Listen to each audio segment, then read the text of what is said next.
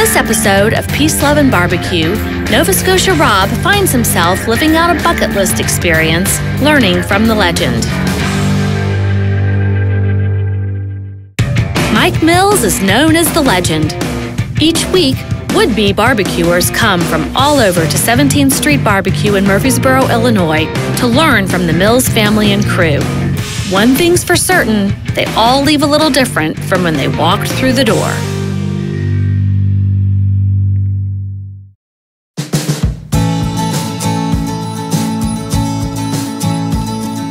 My name is Rob MacCormick. I'm from Halifax, Nova Scotia, Canada, and on paper, I'm a geek.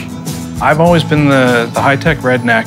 I learned how to program, but liked being around people too much, and that's what's actually led me to being involved in social media, working with some of the biggest brands in the world. Competition home in Nova Scotia, obviously it's not really a barbecue hotbed. I'd love to have it be something that's not just, a couple of times a summer. A goal for me with barbecue is to take it to the next level, whether that means competition, catering, or doing a restaurant. I remember probably 9 years ago being in Georgia. It was my first real experience with real barbecue, and it just absolutely blew my mind that food could taste like this. And then realized, I can't cook that. So I went to a bookstore and I found an orange book. It kind of jumped out at me, and I brought it home, and it was your book, and I honestly read it cover to cover. So I'm so excited to be here and to meet you all and just be part of this group is just awesome. Well, we're thrilled that you're here. But Canada is enormous. You can have 18 places in Nova Scotia, and that's still not even scratching the surface. So you can be the trailblazer. Sitting down and having lunch with Mike and Amy, my week could have been done then. This is a bucket list week for me. Being here in Murphysboro is just amazing.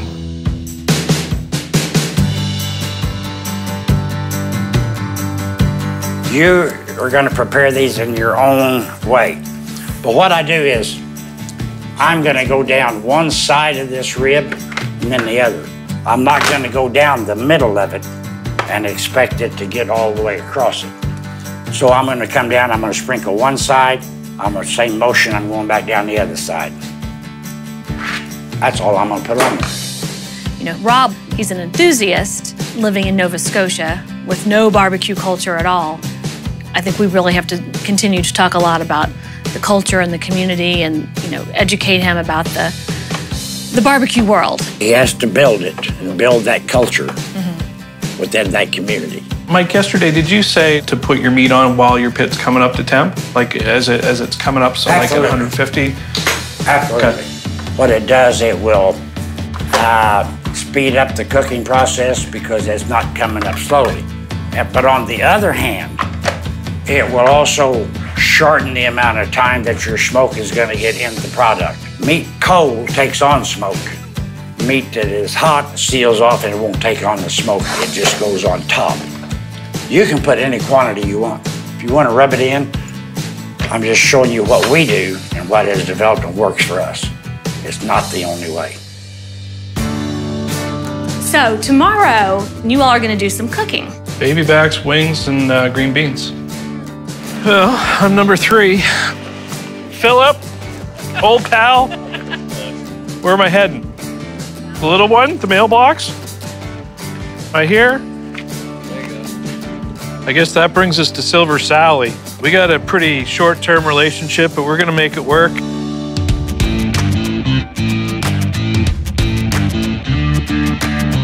So, in here, we've got a hodgepodge, all kinds of great stuff. We've got cayenne pepper, we've got paprika, sugar, brown sugar, garlic, and smells pretty good. So yeah, to the pit we go. He's got it going on. He's a little bit nervous, but at the same time, he's seen that it is achievable, and he's taking it in like a sponge. You don't get a figure like this with salad exclusively. I love wings. I'm just gonna trim some of these up a bit. Should be no problem finding flavor. Those are gonna become thunder sticks, I think. Shake and bake, baby. 3 of my favorite things all in one pot. I got maple syrup in there from Nova Scotia. I got Dr. Pepper in there, and Jack Daniels is in there. I find the secret in my sauce is finding the world's biggest whisk, and I think I got that today. It's not the size of your whisk, it's what you do with it. I just want to let you all know and give you a heads up. Make the most out of this next hour. 1 hour left. How we doing, buddy? I think we're coming along. Wow. Look all right? Yeah. I'm just gonna move my magic corn down. I thought you were doing green beans. That's what's magic. They started as green beans. And you turned into corn. That's just a magic seed at the fair. Wow. Quite a salesman, I figure. Yeah. Looking good.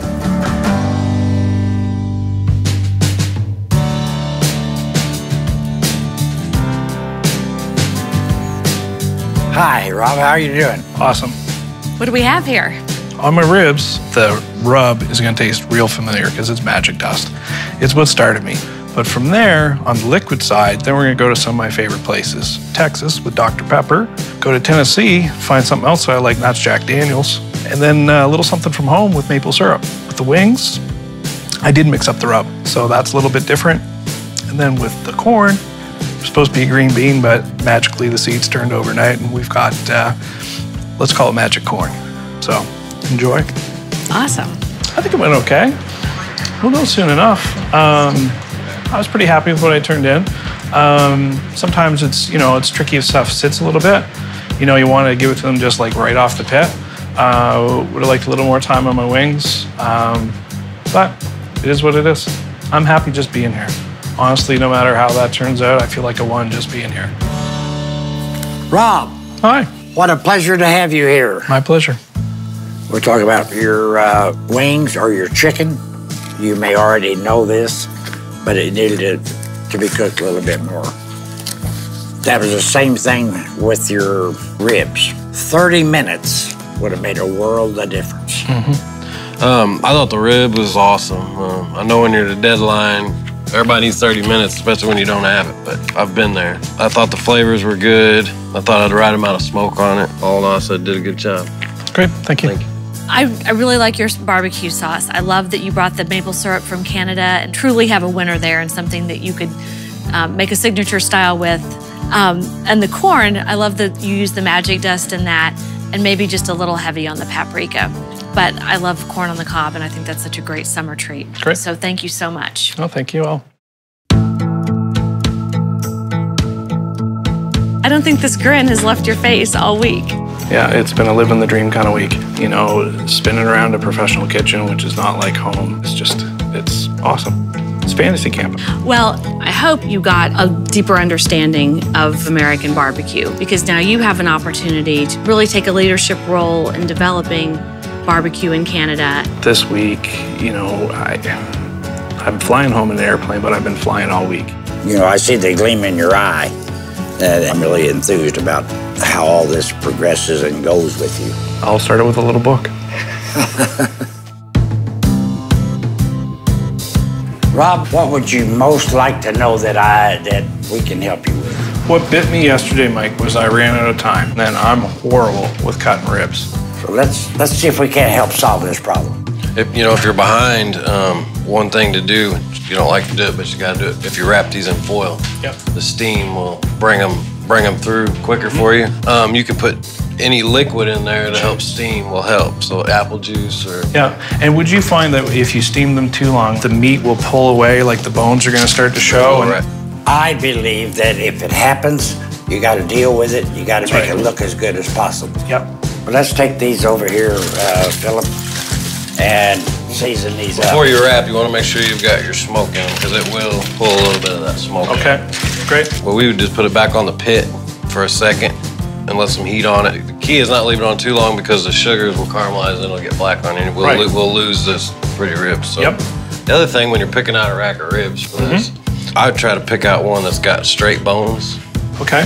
The straighter, the easiest going to be to cut. I'll cut right down here and right down here. That way I got meat on each side of that bone. Hollywood cut is what they call it. Hollywood cut. So before I put them in the box, I like to put a little bit down the side. Oh, you do? Okay. Air is a killer. It's going to be a while before these get judged. But that's, again, why you seal that edge to help hold that moisture. Right on. You've got winners right there. You want to give these ribs a try? You have no idea. They're probably about 30 minutes out. That hits close to my heart. Well, they're closer than I thought. Yeah, they are. Awesome. I've learned so much just in this time. Thank you guys both so much. You're welcome. It's our pleasure.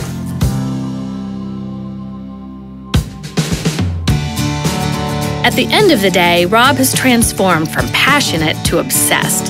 He's determined to be the Rib King of Canada, bringing his family along for the ride. You know, to come here and to spend time with everybody and learn as much as I have, it's such an eye-opener for me, and just realizing that I've had an opportunity like this should be that motivating boot in the ass that'll say, you know, you got picked for this for a reason. This started for me in a bookstore, and to come meet the man and see that they're incredibly humble people and they're so thankful for what they've built, you can't help but be inspired by that, not only in barbecue, but life.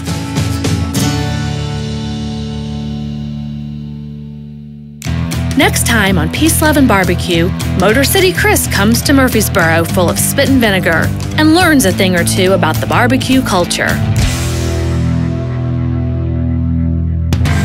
Want to see more Peace, Love, and Barbecue? Don't forget to subscribe to our channel for more episodes.